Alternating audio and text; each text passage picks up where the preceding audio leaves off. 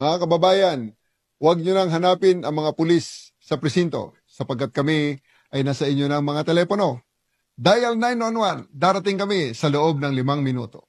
Lilingkod sa bawat Pilipino at magbibigay ng tamang impormasyon para sa tahimik at maayos na Pilipinas. Police News Network, alagad ng batas, tagapagtaguyod ng balitang pulis, sandigan ng mamamayan, patnubay ng katotohanan.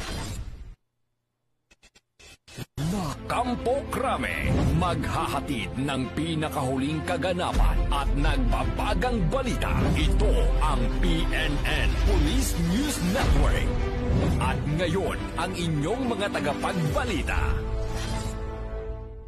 Magandang araw, Bagong Pilipinas. Kami ang inyong alagad ng batas, tagataguyod ng Balitang Pulis. Patrolwoman Reyna Joyce Dalira mula sa Southern Police District. At ngayong araw, makakasama po natin bilang guest co-host si Seaman First Class Mary Joy Floralde mula sa Philippine Navy. Magandang araw sa iyo, ma'am. Magandang araw din po, ma'am. Maraming salamat po sa Philippine National Police sa pagbibigay ng oportunidad na kami po ay inyong makasama.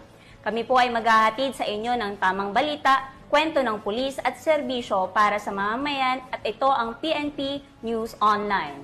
Ang pangunahing balita ng Police News Network, alagad ng batas, tagataguyod ng Balitang Pulis.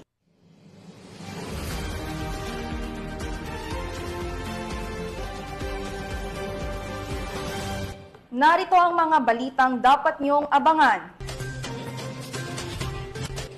Iligal na drogang nakakahalagang 2 milyong piso na